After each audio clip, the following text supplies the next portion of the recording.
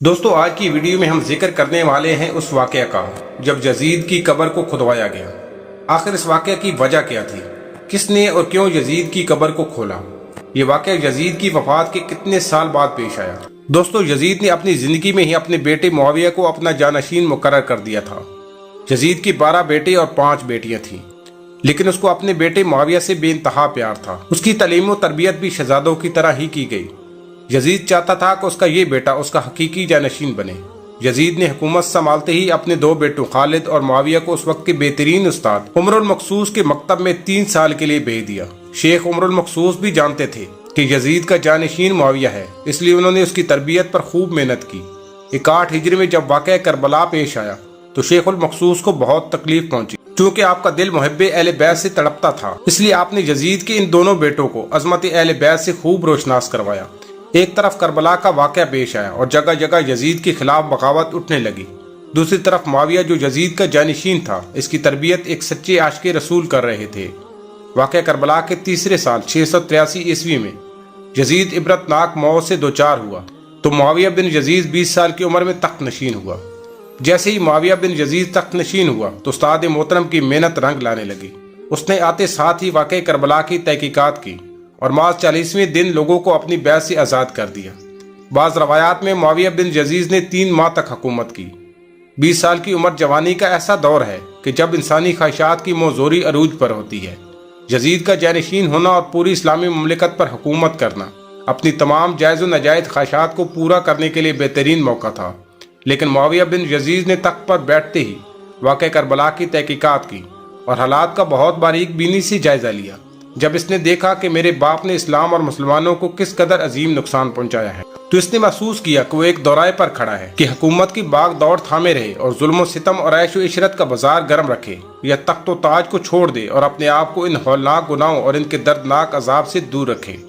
بالآخر اس نے فیصلہ کر ہی لیا۔ اس کا فیصلہ ان سچی تعلیمات اور اس ایمان کے طفیل ہی ممکن ہوا جو اس کی رگ و پے میں شامل ہو چکا تھا۔ اس نے ایک عزم و راسخ کے ساتھ حکومت کے عہدیداروں اور عوام کو مسجد میں جمع کیا، پھر خود ممبر پر جا بیٹھا۔ اس نے اپنی تقریر میں سب سے پہلے خدا کی حمد اور اس کے بعد رسول اللہ صلی اللہ علیہ وآلہ وسلم پر درود بھیجا، اور پھر وہ یوں کہنے لگا: میرے باپ یزید کو جب حکومت ملی تو وہ اپنے اعمال اور بدکاری کی وجہ سے ہرگز اس کا اہل نہیں تھا، لیکن وہ بھی اس پر قابض رہا اور اس کا نفس اس سے بدترین کاموں کی ترغیب دیتا رہا۔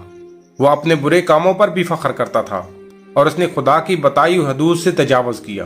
رسول اللہ صلی اللہ علیہ وآلہ وسلم کی اولاد پر اس نے بدترین مظالم ڈھائے، لیکن اس کی حکومت کی مدت بہت ہی تھوڑی تھی اور بہت جلد اس کی شرمناک زندگی کا خاتمہ ہو گیا، اور آج وہ اپنے اعمال کے حساب و کتاب میں الجھا ہوگا۔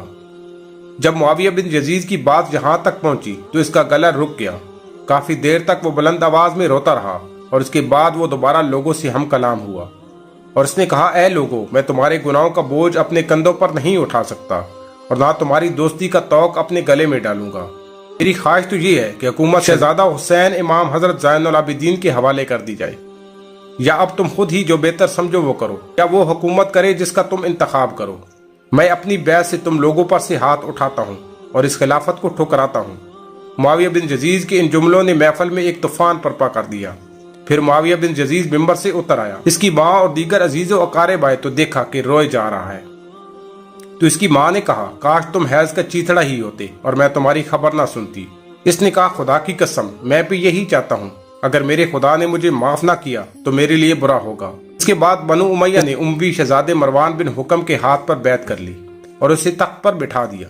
مروان نے اپنا دارالحکومت مستقل طور پر دمشق منتقل کر دیا۔ بنو امیہ نے شیخ عمر المقصوص کو زندہ درگور کر دیا کہ تم نے ایسی تربیت کیوں کی کہ معاویہ بن یزید نے بھرے دربار میں بنو امیہ کو رسوا کر دیا۔ دوستو اس کے چند دن کے بعد ہی معاویہ بن یزید کو زہر دے دیا گیا۔ 684 عیسوی سے 685 تک مروان بن حکم نے حکومت کی۔ پھر اس کی وفات کے بعد مروان کے بیٹے عبد الملک نے 685 سے 750 تک ایک طویل عرصے تک حکومت کی۔ پھر 705 عیسوی سے 715 تک عبد الملک کے بیٹے ولید نے حکومت کی۔ اس کے دور میں سندھ، اندلس اور دیگر بہت سی ریاستیں فتح ہوئیں۔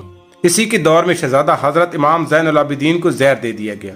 715 سے 717 تک ولید بن عبد الملک کے بھائی سلمان بن عبد الملک نے حکومت کی، اور 717 میں عمر بن عبد العزیز موجزانہ طور پر تخت نشین ہوئے، لیکن ان کو بھی زہر دے دیا گیا۔ 720 سے 724 تک ولید بن عبد الملک اور سلمان بن عبد الملک کے بھائی یزید بن عبد الملک نے حکومت کی باغ دور سنبھالے رکھی۔ اس کے بعد حشام بن عبد الملک، ولید بن یزید، یزید بن ولید، ابراہیم بن ولید اور مروان بن محمد نے بالترتیب حکومت کی، اور 750 عیسوی میں بنو امیہ کی حکومت کا تختہ بنو عباس نے الٹ دیا۔ بنو امیہ کا آخری حکمران مروان ثانی ایک انتہائی سست اور ڈرپوک حکمران تھا، جس نے ابو مسلم خراسانی کے ہاتھوں شکست کھائی، اور یوں بنو عباس کی حکمرانی شروع ہوئی۔ تاریخی کتابوں میں درج ہے کہ ابو مسلم خراسانی نے بنو عباس کی ابو جعفر المنصور اور ان کے بھائی ابو صفا کو حکمرانی سونپ دی۔ اس طرح بنو عباس کے پہلے حکمران ابو العباس نے آتے ہی بنو امیہ کا نام و نشان مٹانے کی قسم کھائی۔